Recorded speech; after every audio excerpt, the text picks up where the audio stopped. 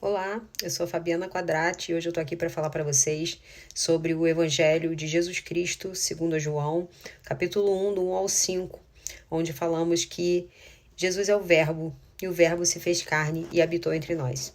Fica aqui até o final e seja agraciado e abençoado com essa palavra dos céus para você. E no Evangelho de Jesus Cristo, segundo João, capítulo 1, diz assim: a encarnação do Verbo. No princípio era o Verbo, e o Verbo estava com Deus, e o Verbo era Deus. Ele estava no princípio com Deus, no princípio de todas as coisas, né? Todas as coisas foram feitas por ele, e sem ele nada do que foi feito se fez. A vida estava nele, e a vida era a luz dos homens. A luz resplandece nas trevas, e as trevas não prevaleceram contra ela. E essa palavra é muito forte, revelada a João, né, um homem enviado por Deus. E a partir do versículo 6 vem falando isso, que João é um homem enviado por Deus. E este, né, que é João, veio como testemunha para testificar a respeito da luz, para que todos viessem a crer por meio dele. Então, quando aqui fala que o Verbo era Deus, caminhava com Deus e era Deus, nos leva a perceber e a entender sobre a Santíssima Trindade, sobre a Trindade que é Pai, Filho e Espírito Santo.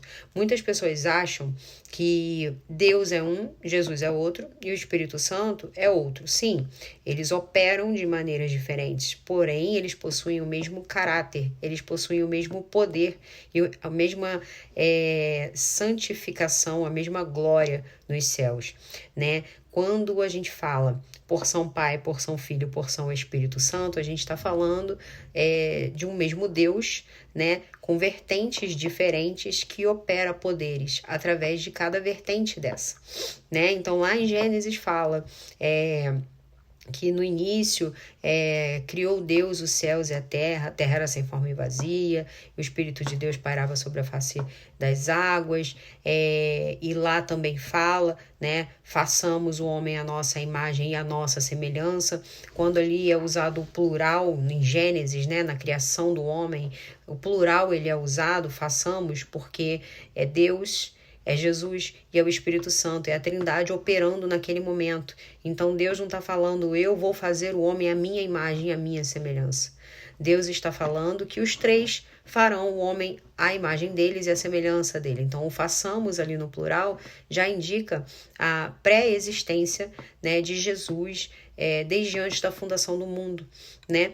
Como a palavra também diz, o Cordeiro de Deus que já existia desde antes da fundação do mundo.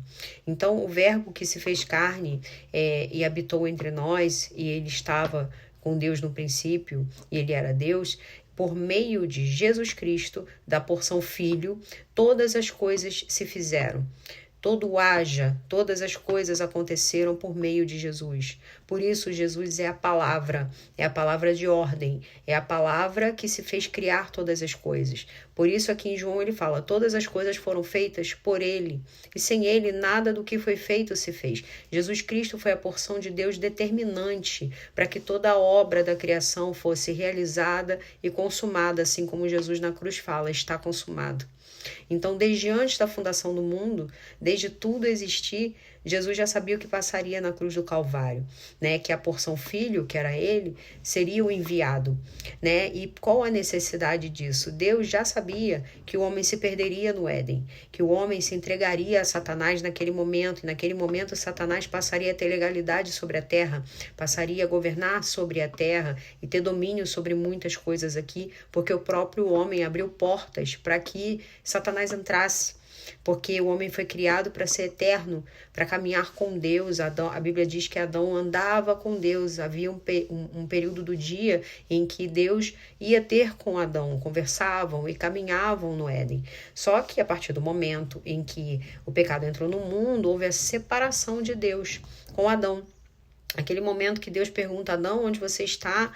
Né? E não é que Deus não sabia onde ele estava. Deus é onisciente, onipresente, onipotente, sabe de tudo e obviamente sabia onde Adão estava, mas como na Bíblia nenhuma vírgula em vão, isso nos prediz que Deus estava separado de Adão já naquele momento.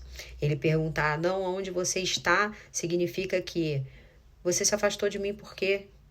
nós caminhávamos juntos, eu fiz você para ser eterno como eu, a minha imagem, a nossa semelhança, com o meu DNA, para ser eterno como eu, governar sobre a terra, assim como eu governo sobre os céus. Por que você se separou de mim? Né? E vem todo o desenrolar da história. Então, o pecado entra no mundo a partir desse momento. E nesse momento, o homem perdeu o domínio, né, sobre a terra. Mas a palavra diz que Deus diz que os céus são os céus do Senhor, mas a terra deu a ele, ao Filho dos Homens, para que pudéssemos governar sobre ela. O governo da terra foi dado para nós, seres humanos. Mas nós passamos esse governo para Satanás, a partir do momento em que abrimos as portas para acesso dele aqui. Por isso, a vinda do Messias, a vinda de Jesus Cristo, já predito desde antes da fundação do mundo, ele já sabia disso, nos libertou do cativeiro, nos libertou do pecado, nos lavou, nos curou, nos santificou e nos perdoou. E através de Jesus, tudo foi feito. Por quê? Porque desde o início, mesmo com a criação, e Deus criou o homem para ser a imagem e semelhança deles, justamente para ser a perfeição, para ser o esplendor da glória de Deus, o reflexo de Deus perfeito aqui na terra. Mas, ao mesmo tempo, ele já sabia que lá na frente seria necessário que o Filho viesse para que fizesse uma ligação, uma ponte direta dele com os homens. Porque ele sabia que os homens, através da entrada de Satanás no mundo, se separariam dele pela ganância, pela soberba, pela idolatria e por tantas coisas que a gente leu no Antigo Testamento. Então, Jesus, através dele, que é a palavra, ele fez tudo se consumar, né? É através dele que tudo se fez novo. É através dele que uma segunda chance foi dada a nós. Então, se não fosse Jesus ir à cruz do Calvário, até hoje seríamos escravos de Satanás. Estaríamos na mão de Satanás, seríamos propriedade dele. Deus não habitaria dentro de nós, que o Espírito Santo hoje habita em nós e não por fora, né? E é muito importante entender isso, porque o mundo espiritual é extremamente organizado, né? Da mesma maneira que nós temos as nossas leis aqui, muitas são falhas, mas temos, no mundo espiritual é tudo muito organizado e cheio de leis. Então Deus, ele não operou sozinho, né? A porção Deus Filho e a porção Deus Espírito Santo também operavam a todo tempo, né? Então a porção Espírito Santo, por exemplo, é o responsável pela operação de poderes, sinais e maravilhas, né? Então todo milagre executado, Jesus fez milagres pelo poder do Espírito Santo. Moisés abriu o mar vermelho porque o Espírito Santo operou ali e fez o mar vermelho abrir, não foi Moisés. Moisés, ele foi pela fé, e quem operou o poder foi o Espírito Santo. O Espírito Santo é o nosso ajudador na operação de poder. Então, pelo Espírito Santo somos curados, né? Pelo Espírito Santo, a manifestação do poder de Deus entre nós e no nosso meio. Deus é o soberano, está na sala do trono, comandando todas as coisas. É Ele que governa, é Ele que julga, é Ele que um dia nós vamos estar face a face para sermos julgados. Mas o Filho dele fez o elo dele conosco, nos ligou de volta a Deus e nos deu vida. E quando a gente fala vida, não é vida na carne, é vida espiritual. A morte espiritual nos afasta de Deus. E a morte espiritual é o quê? O pecado, viver pecando. O pecado te afasta de Deus. A palavra diz, o salário do pecado é a morte. E morte é separação de Deus. Morte não é morte no corpo. Porque se fosse assim, um monte sairia caindo pelo meio da rua de tanto que peca, né? Na verdade, não é a morte física, é a morte espiritual. Então, quando você para de pecar, ou mesmo que peque, você chega aos pés do Senhor com arrependimento, você recebe vida e vida abundância, porque você se liga a Deus novamente pelo Filho. Sempre que você orar, você ora, Pai, em nome de Jesus. Porque quando você coloca Jesus na jogada, você se liga, se conecta a Deus por essa ponte que é Cristo. Cristo veio para nos reconciliar com o Pai. O pai estava calado, o pai passou 400 anos sem falar com ninguém antes da vinda do filho, mas tudo isso ele já sabia que passaria desde antes da fundação do mundo. Então o verbo que se fez carne e habitou entre nós é Jesus, que se esvaziou de toda a tua glória, divindade, de todo o seu poder, autoridade, para poder ser homem como nós, morrer a nossa morte, viver a nossa dor, comprar nos comprar, né, a alto preço e preço de sangue e preço de um sangue inocente. E o que fica aqui para a gente aprender é o seguinte: nada do que está na Bíblia é dito em vão, né? Se somente João, o Evangelho de Jesus Cristo, segundo João, fala nessa parte, né, do Verbo que se fez carne e habitou entre nós, João tinha uma intimidade muito grande, né, com Jesus. Eu sempre digo para quem anda próximo de mim, né, Jesus tinha 12 apóstolos, mas andava muito próximo de 3 somente, né, Pedro, Tiago e João eram os que participavam das coisas mais secretas de Jesus, dos milagres mais secretos, das orações mais secretas, subir monte junto, o monte da transfiguração e tantas coisas que eles passaram, eram somente eles 3, né? João foi o único apóstolo que morreu de velhice, né? Então, na ilha de Patmos, quando ele já tinha idade, ele teve a visão de Apocalipse, Jesus mostrou a ele como seria o fim dos tempos, então ele teve essa revelação, ele teve uma credibilidade, uma confiança muito grande de Deus em cima dele. Então, João, a gente fala que os primeiros evangelhos, Mateus, Marcos e Lucas, são evangelhos sinóticos, ou seja, estão debaixo de uma mesma ótica, né? Eles estão debaixo de uma mesma visão. João não é um evangelho sinótico, por quê? Porque ele conta algumas coisas aqui, ele fala algumas revelações aqui que ele teve da parte de Deus que os outros não tiveram, tá? Como, por exemplo, essa parte do verbo, né? E o verbo que é Jesus, Jesus Cristo é a palavra, Jesus Cristo é o verbo que se fez carne e habitou entre nós. Jesus Cristo é o caminho, a verdade e a vida. Jesus Cristo é o pão da vida. Jesus Cristo é nossa fonte de água viva. Jesus Cristo é o bom pastor. Tem tantas coisas que Jesus é, tantas coisas que ele demonstra para nós todos os dias. Nele nós encontramos resposta para todas as coisas. Antes do Messias, no Antigo Testamento, Deus ele se apresentava com diversos caráteres e o caráter dele, né, no Antigo Testamento, com vários nomes, os quais ele tinha, já faziam alusão ao Filho, né, que viria num Novo Testamento, morreria e deixaria um testamento para nós, com todas essas características. Então, quando a gente fala o Jeová Rafá, o Deus que cura, o Jeová Jirê, o Deus da provisão, o Jeová Tsidkenu, que é o Deus da justiça, tudo isso é sobre Deus, tudo isso é sobre o Deus de Abraão, de Isaac e de Jacó. Né? Quando falamos o Jeová Shalom, que é o Deus da paz, o Jeová Raá, o Jeová Shammah, que é o Deus presente, né? Jeová Raá, o nosso bom pastor, tudo isso a gente está fazendo alusão a Cristo Jesus. Então, Deus, Jesus, Espírito Santo, todos eles são Deus, né? Todos eles são Deus que operam de maneiras diferentes aqui no meio de nós, mas todos eles estão juntos na sala do trono, todos eles operam sinais e maravilhas, todos eles olham por nós, todos eles, num plano perfeito, estão de olho em cada um de nós. E quando nós aceitamos Jesus, que é o Filho, né, que é o Cordeiro de Deus, que tira o pecado do mundo, quando nós declaramos a palavra, quando nós declaramos a palavra que é Jesus, com a nossa boca e professamos a nossa fé de que Jesus é o nosso único Senhor e Salvador, nós passamos a ter o nosso nome escrito no livro da vida, nós passamos a ser filhos e deixamos de ser criaturas.